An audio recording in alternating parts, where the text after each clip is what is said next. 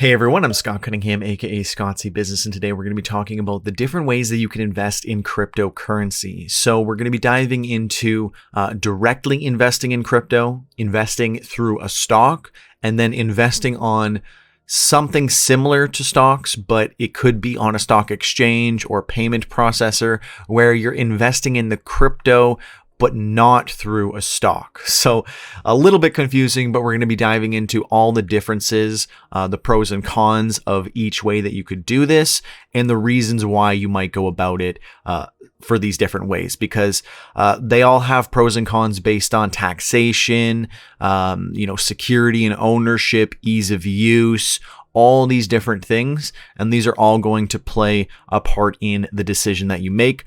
A lot of people will just go for the easy way, but it's very important to understand how this will affect things like your taxes, etc. So it is important to keep in mind that this will be different for every country, but my understanding is that generally this should be able to apply, because here in Canada we have tax-free savings accounts. So I will be talking about that in terms of taxation. But if you're somewhere else that has maybe a retirement account or whatever, there's going to be differences based on where you are. But these three sort of categories of investing in crypto are important to understand the differences. Before we dive into all that, a quick word from my sponsor. A big thank you and shout out to my sponsor, Cake Wallet, which is an open source, non-custodial Bitcoin and Monero wallet that also has a built-in exchange. It's available on iOS and Android. Thanks again to my sponsor. Now for the video. So the first way, which I'm sure most people are familiar with, is directly investing in crypto, which was the main way for quite some time before we started to see a lot more mainstream adoption and institutional adoption of cryptocurrency. So the safest way is to buy it through a crypto exchange. And again, we're not going to be diving into every crypto exchange, but generally, like here in Canada, some good exchanges, Bitvo, CoinSquare in the United States, Coinbase is really popular worldwide. A lot of people use Binance. There's many exchanges. Most of them are pretty much good, as long as, there hasn't been like hacks and issues in the past. I mean, they improve security and get better, et cetera, et cetera. But the main reason that you actually buy crypto on an exchange, a crypto exchange specifically, is because they allow you to withdraw that off of the exchange and hold it in a crypto wallet that you own and control. This is the most secure way that you can own cryptocurrency. There is more responsibility on your part to not, lose the access, because then you're screwed. So there's more responsibility. There may be more fees, because typically exchanges will charge you a small fee to get in and to withdraw your funds, etc. So you may incur more fees doing it this way, but this is absolutely the most sound way to own cryptocurrency. And again, this has been the traditional way to do it, actually buying the physical cryptocurrency and owning that actual cryptocurrency in your own wallet or on the exchange. But it is a good practice to withdraw it in case there's any issues on the exchange, like a hack. We've seen exchanges steal all of the funds. So, the safest way possible is this way, is directly investing. So that's covered. The second way is if you invest through a stock exchange or fiat payment processor that allows you to buy cryptocurrency, but you're not buying a stock and you can't actually withdraw the cryptocurrency. This is technically the least safe way to own cryptocurrency, in my opinion. And examples of this are buying crypto through PayPal, Wealthsimple here in Canada, Robinhood in the United States. What these places do is they have the cryptocurrency, they hold it, you buy it and trade it from them, but you can't actually withdraw it or do anything with it like you would with a crypto exchange. So if you were going to choose between the two, you should opt in for the one where you actually own it yourself.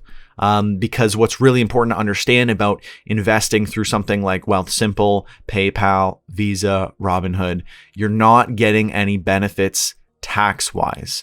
You will be taxed the same as if you would buying it directly. So that's very important to consider, because people think, oh, well, if I trade through Wealthsimple, then it's a part of my tax-free savings account here in Canada. Or, for example, you might have a retirement account in the United States that you're trading on say Robinhood or whatever, and then you go and buy crypto, but it's not still through that same account. So you're not getting any of those tax benefits. As far as I know, at least here in Canada, that's the way it works. And if you actually go and you read the frequently asked questions, the FAQ on some of these websites, a lot of them will say this is not part of your TFSA or any of your tax free or ways to get around tax type accounts. And it's a completely separate account. So you've always got to make sure you check that because, again, with Wealthsimple, it is a non-registered account, I believe is what it's called. And like short and sweet is just that you will be taxed on that. So for people who are going in and buying that thinking that this way they won't have to pay taxes, you'll still pay the exact same amount of taxes if you were to invest directly. The only difference now is that you just don't have any security, and a lot of them aren't fully insured. Like, for example, Wealthsimple is only insured up to 200 million, which really isn't a lot given how much Bitcoin they might have. So, there still could be tons and tons of issues if there were to be a hack or whatever it happens to be. So again, out of these two, absolutely without a doubt, the better way is to actually directly own the cryptocurrency. The main difference though is that it might be a little more confusing or scary to people because you do have the responsibility. The third way, which is the better way for people who don't want to directly own and hold the cryptocurrency themselves, is to actually invest in a cryptocurrency ETF. Now, as far as I'm concerned, they're really only here in Canada, but you can invest in trusts in the United States and elsewhere. The big difference between an ETF and a trust, though, is that an ETF is just an index that is trading based on, the rules that have been laid out. And that's much more regulated and reliable versus a trust is where all these people are really just pooling their money together and someone is managing that money, which means that, if you just have a Bitcoin trust, it could technically be the same as a Bitcoin ETF in principle, but you're really betting on investing in the fund manager's ability to trade in whatever, because they might trade on margin, they might short, they might do lots and lots of different things. Whereas an ETF, like say a Bitcoin ETF or an Ethereum ETF, is just exactly that. It's just Bitcoin, just Ethereum. But with the trust, they could do a lot of different things. And again, you are betting on the manager versus the actual asset itself. So that is a little bit different. But I know that, for example, in the United States right now, they only have trusts for things like Bitcoin and Ethereum. So, you've got to kind of weigh those options. It's definitely something to consider. But personally, I would never invest in a trust. I would just stick to the ETFs.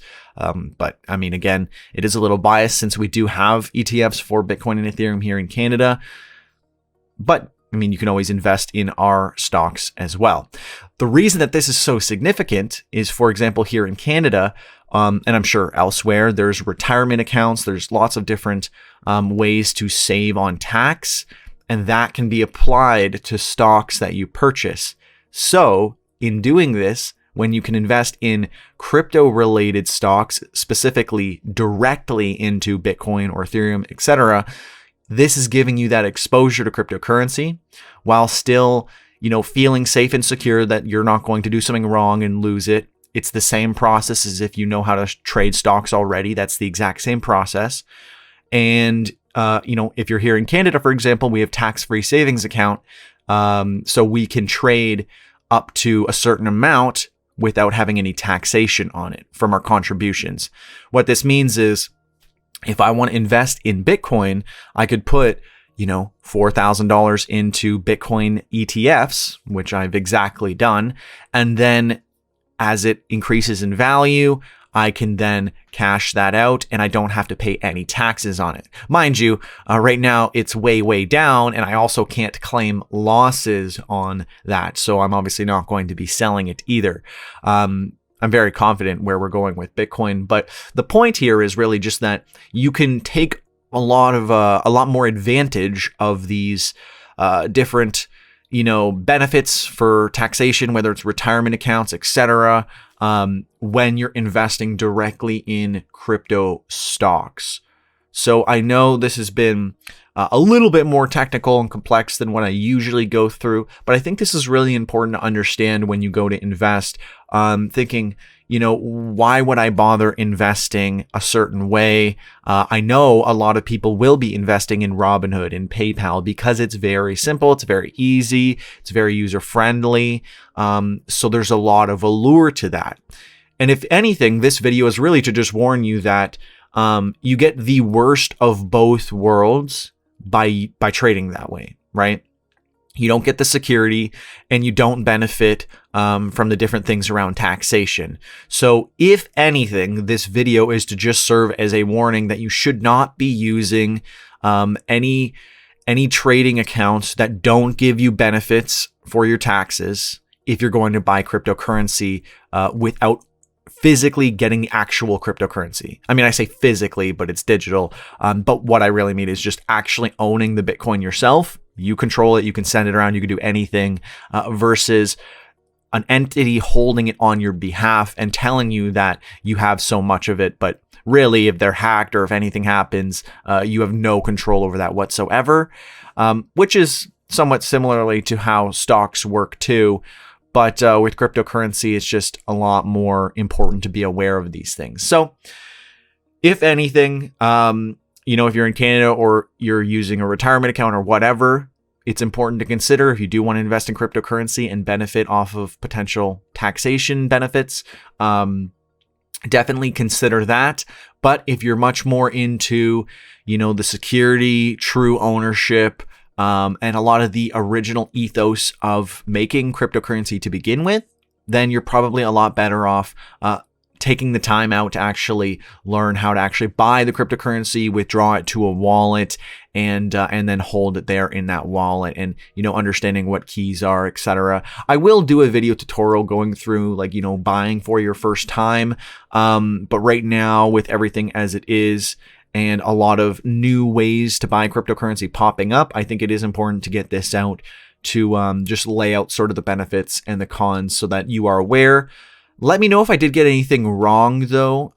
Again, it's important to understand that a lot of these laws and taxation and things may change as crypto gets different regulation, and it's obviously going to be very different from country to country.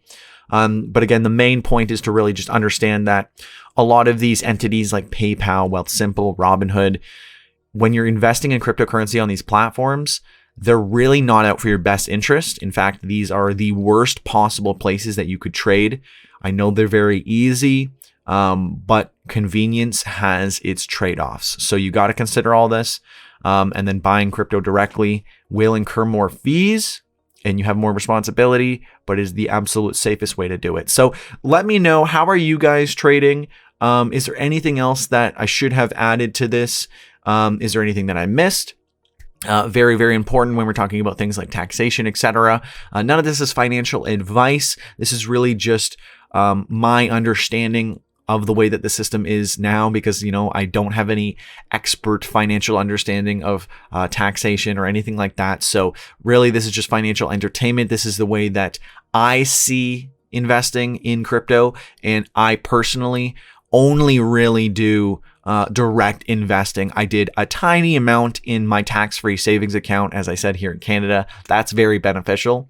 But I mean, I did that just before the huge dip. So unfortunately, I am on the red for that. But I have all the faith in Bitcoin and Ethereum over the next 4 months to do some pretty crazy stuff. Hey everyone, Late Night Scott here. I was editing and I realized I completely failed to mention that you can only trade crypto stocks like Bitcoin ETFs, etc., during stock market hours. And that means simply that you're very limited in doing this. Though this is better than some of the other options in terms of taxation, in terms of, security and insurance, you're limited based on timing, and your opportunity could be, severely impacted. And this is a big deal because, over the weekend, stock market is not open. They're not trading. We just had a long weekend, and a lot of action was happening in the crypto market that you could not be a part of or exit or get in or anything in terms of stocks. So you're very limited in that sense, since a lot of the market is actually in there directly investing, and you're limiting yourself and creating a barrier by doing that. So there is some benefit to being able to use like PayPal and these other platforms that do allow you to do it 24/7, but they don't have the security or avoiding taxation based on whatever accounts you have. So that's very important. I just wanted to quickly jump in and mention that because, again, you could see a huge correction over the weekend or whatever it happens to be. And, that can make a huge difference to your portfolio, much more so than what you might save in taxes or whatever if you're in Canada doing a TFSA and investing through that. So you got to keep all that in mind. But if you're investing for the long term, these small changes shouldn't be a big deal, and you just kind of ride them out. Stay tuned. Let me know if this was helpful for you. How are you guys trading? Let me know all the good stuff in the comments below. If you did watch to the very end, I really appreciate it. You can comment hashtag #1ham in the comments below. People always ask me what that means. It's #1 fan combined with just the ending of my last name. So to make that simple for you guys. Anyways, thank you so much for watching. I'm Scott Cunningham, aka Scottsy Business, signing off. Cheers.